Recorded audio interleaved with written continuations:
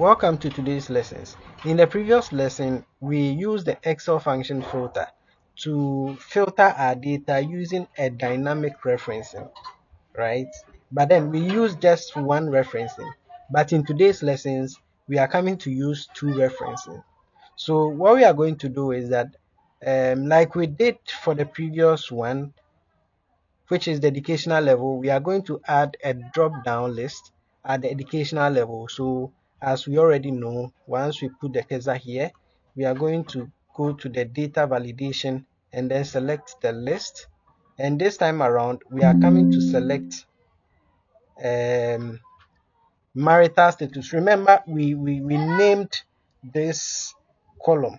We named it as marital status. So you can either select everything here, or you are going to use the name referencing, right? So marital status. The purpose of the referencing is that it would help you to automatically add new entries, and then it will reflect in your results, your dynamic results, without the need for you to changing your formulas again. Okay, so let us see if it worked. All right, so it has worked.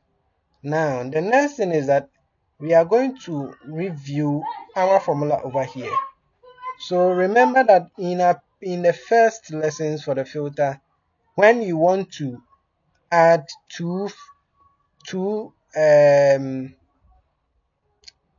like references for the filter, you use the formula, you use the function times, right? So the Excel function star, or what we term as the times, this is the star. Now the second one, so the first one has to do with the educational level. Now the second one is going to be based on the marital status. So as you already know, it is called marital. This column is called marital status, and then we are going to refer it to this side. Then we are done. So let us click on enter and see. So for kindergarten, we have those who are married, one. We can also select a different one. Those who never attended school and are married, you see that it has changed here.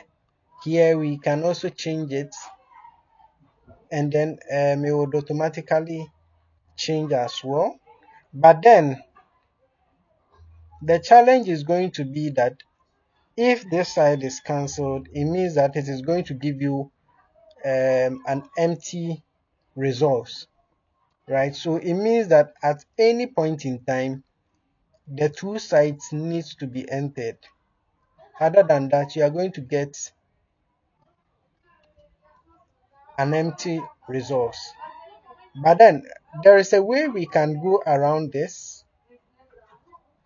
and in the next lessons I'm going to take you through.